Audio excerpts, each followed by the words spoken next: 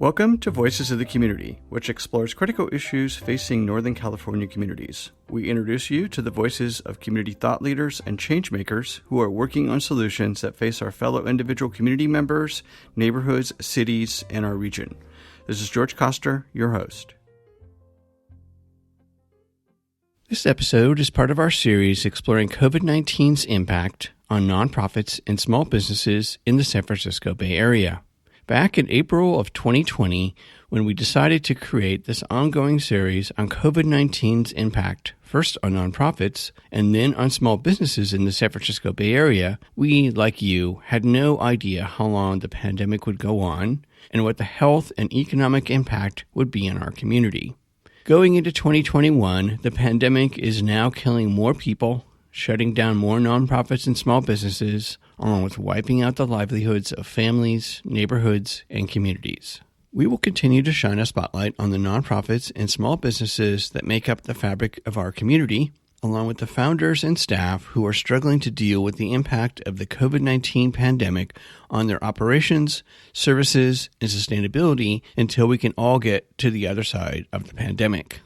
Along the way, we will also share with you all the amazing solutions that our nonprofits, small businesses, foundations, and government leaders are working on to help us all get to the other side of the pandemic and come together to rebuild our communities with more economic, social, and environmental equality.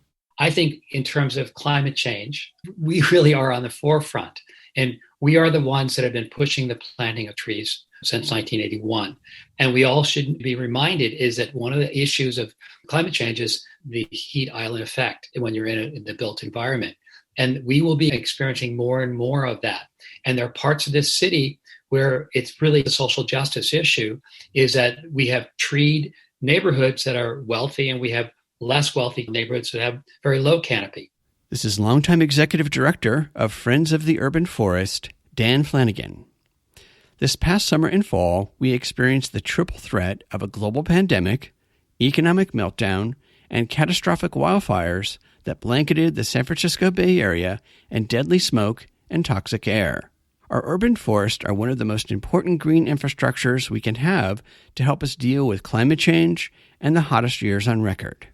Trees in our city help us address the social and environmental justice issues facing our fellow community members in low-income neighborhoods.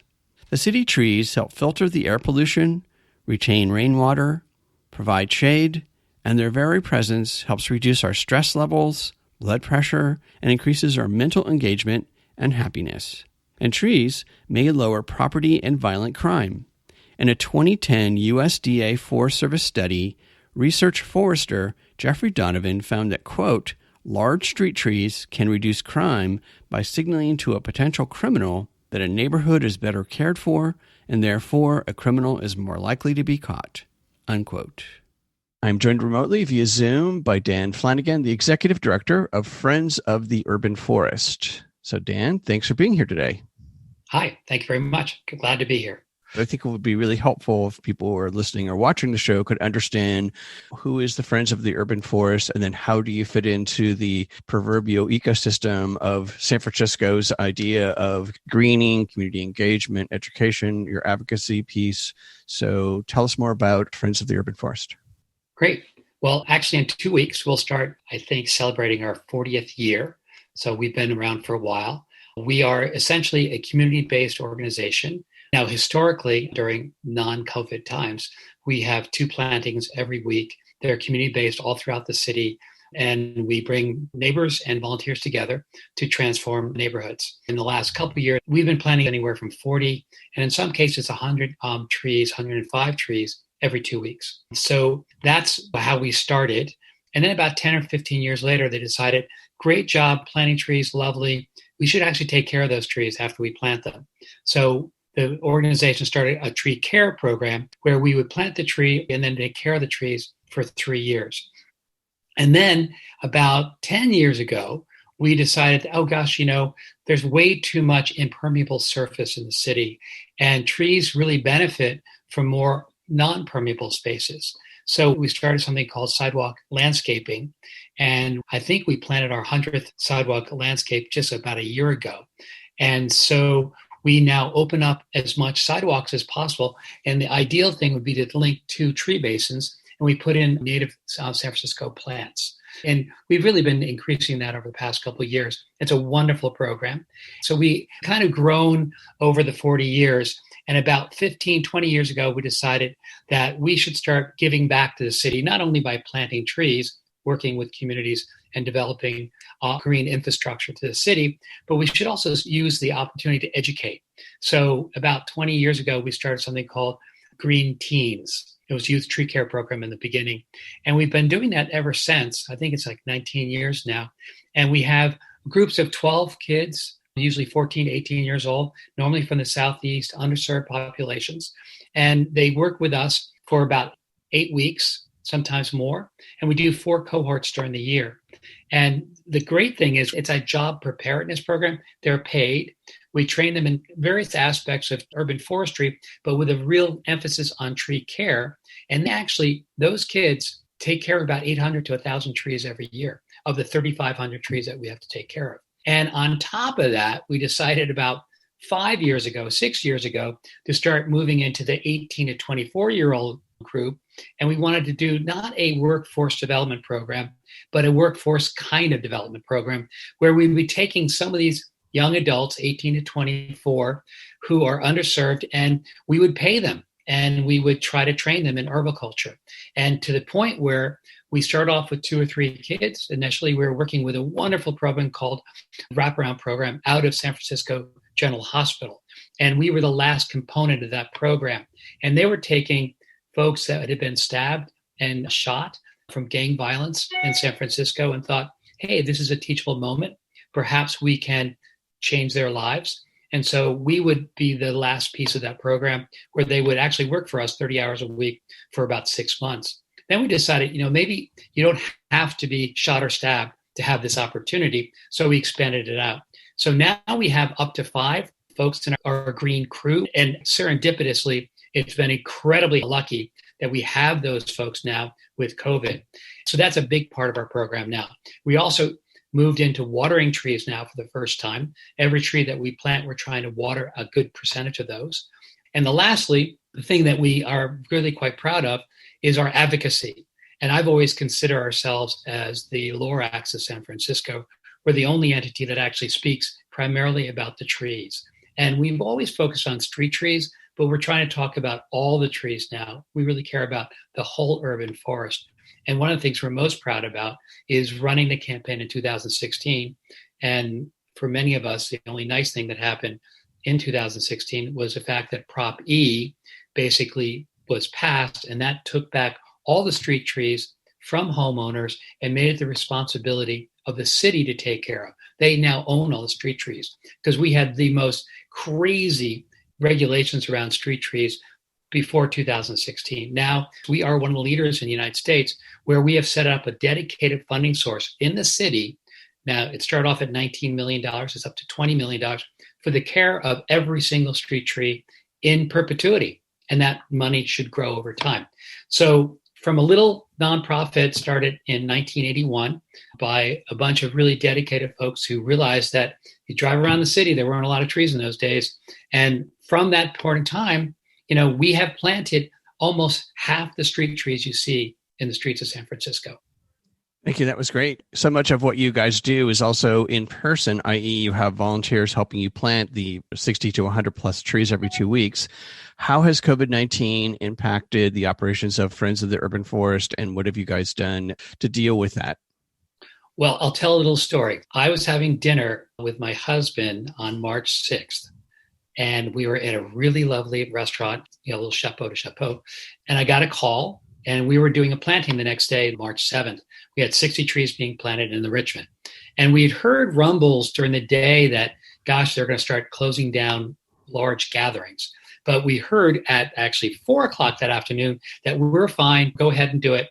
And so I'm sitting in a restaurant with probably 60 people there, and I got a call at 7 o'clock saying, we really should cancel. Well, we had the choice to cancel or not. I decided to cancel.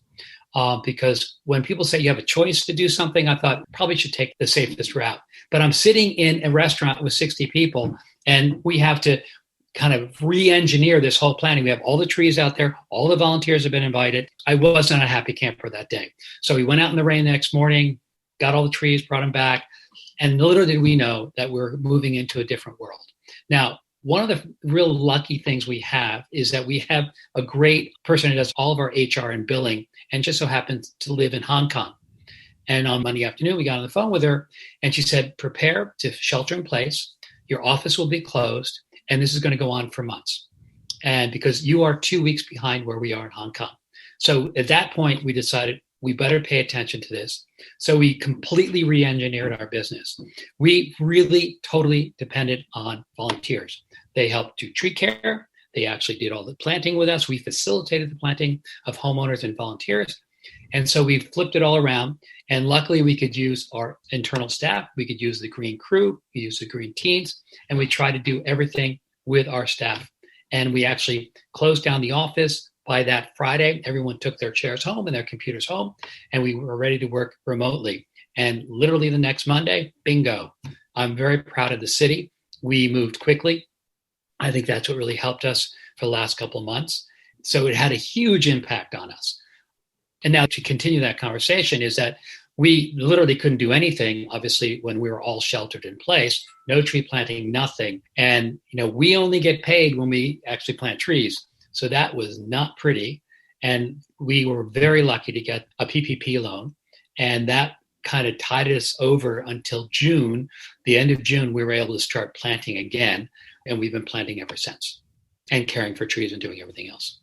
Dan, over the years that you've been working there and obviously the decades that Friends of the Urban Forest has been around, what do you feel has been the biggest impact, obviously, on our environment, but also the social justice component of greening neighborhoods, along with the training of youth and their impact on their families and the community at large? Well, I often think that we are so well placed today with what's going on.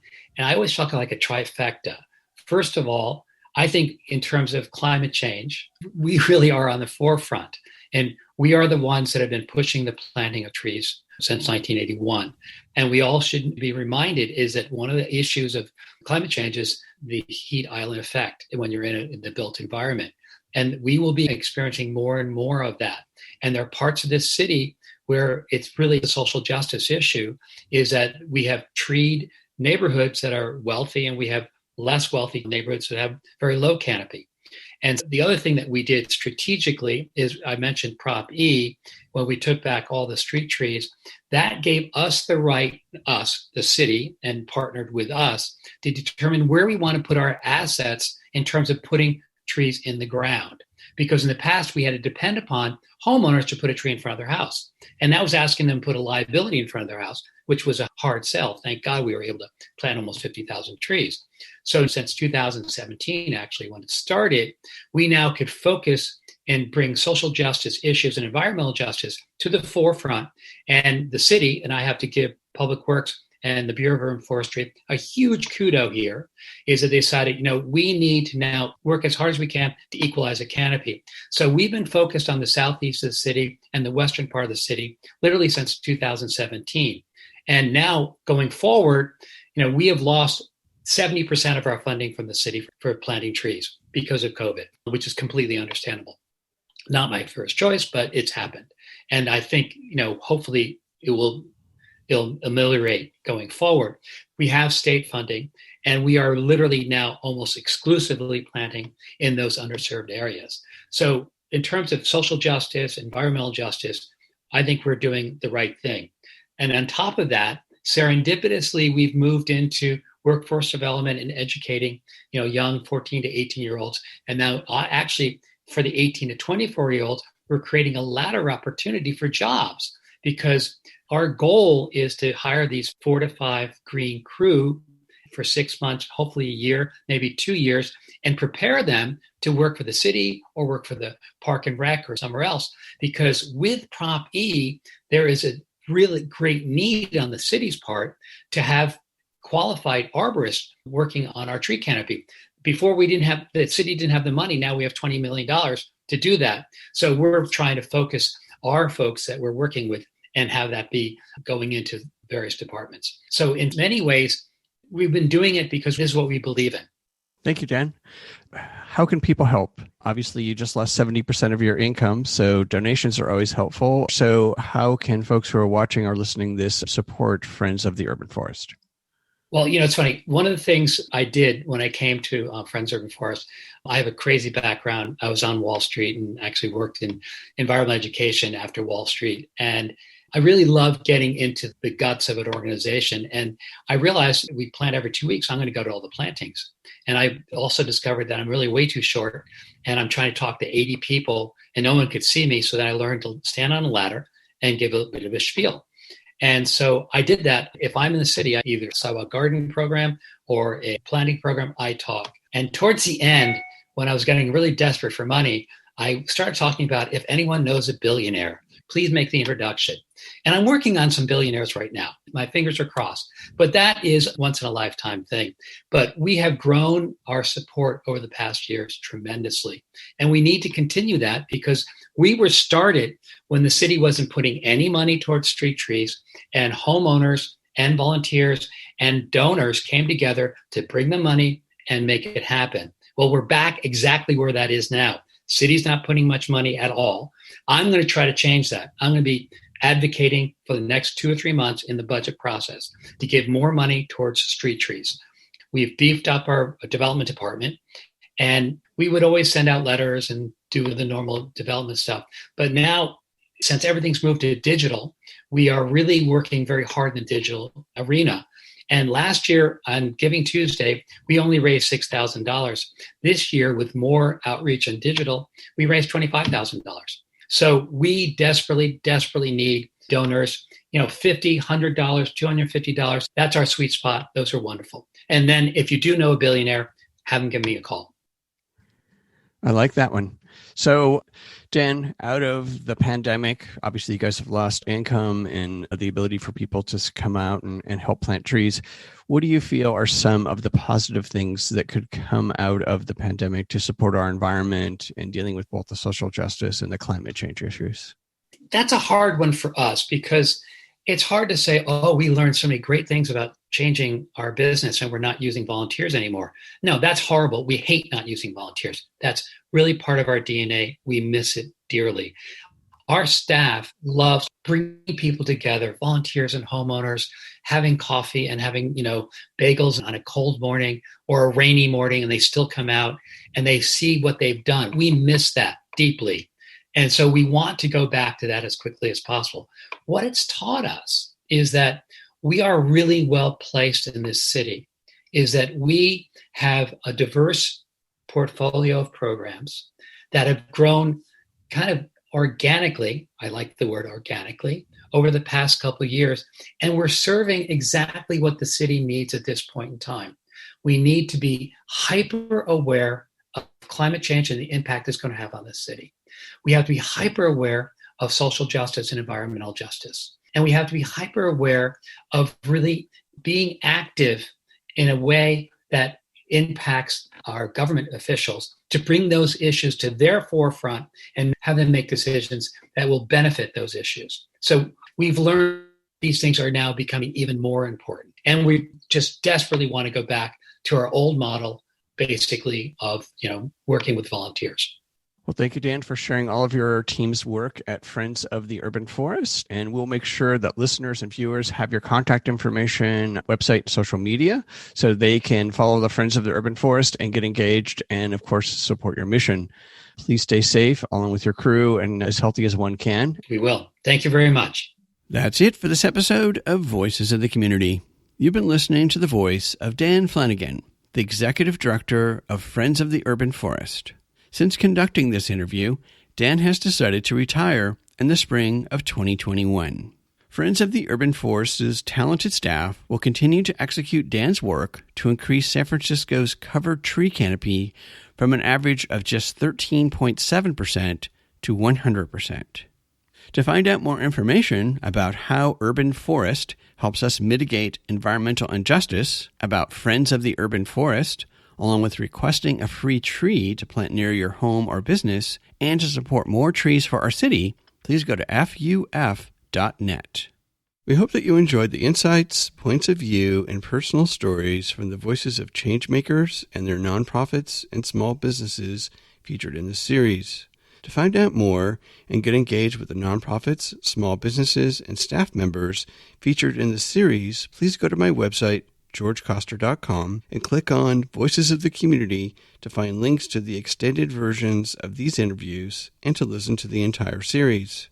After listening to these stories, we hope that you will consider making a donation and volunteering to provide a hand up to your fellow community members. I want to thank my associate producer, Eric Estrada, and Casey Nance at Citron Studios, along with the wonderful crew at the San Francisco Public Press and KSFP. Voices of the Community is a member of Intersection for the Arts, which allows us to offer you a tax deduction for your contributions. Please go to georgecoster.com and click on the donate link to make a donation to help us provide future shows just like this one. While you're on our website, you can enjoy our archived past shows, which feature community voices working on solutions to critical issues facing Northern California communities. And you can sign up for our newsletter to find out more about future shows, as well as shows and events from the organizations that are included in our episodes. Take us along on your next COVID walk by subscribing to Voices of the Community on Apple Podcast, Spotify, and Google Podcast, or wherever you get your podcast. You can follow us on Twitter at George Coster, and we'd love to hear from you with feedback and show ideas, so send us an email to george@georgecoster.com. I'm George Coster in San Francisco, and thank you for listening.